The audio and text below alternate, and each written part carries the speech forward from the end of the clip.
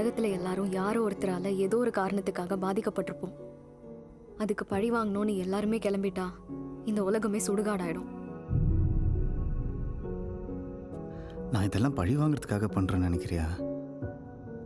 அப்படி பண்றதா இருந்தா அன்னைக்கு அவனுங்களை பார்த்தப்பவே என் ஒட்டு மொத்த கோவத்தையும் சேர்த்து வச்சு அடிச்சு கொண்டு இருப்பேன்.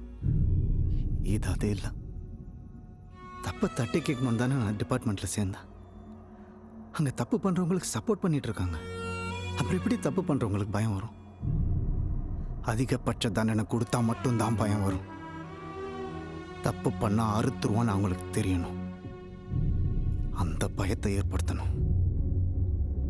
என்னைக்கு ஒரு பொண்ணு ராத்திரியில் தனியாக நடந்து போதோ அன்னைக்கு தான் உண்மையான சுதந்திரம் கிடைச்ச மாதிரி படிச்சிருக்கோம்ல.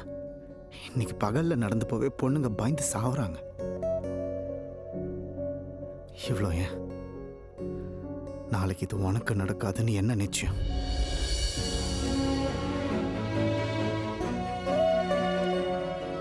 அன்னைக்கு அவன் நம்ம வீட்டு குழந்தைய பற்றி என்ன சொன்னான்னு தெரியுமா?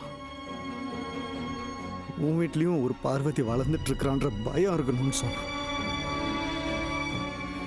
இப்போ சொல்லு, அவனுங்களை என்ன பண்ணலாம்?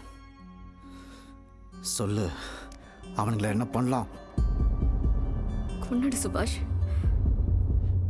Kill them all. With pleasure.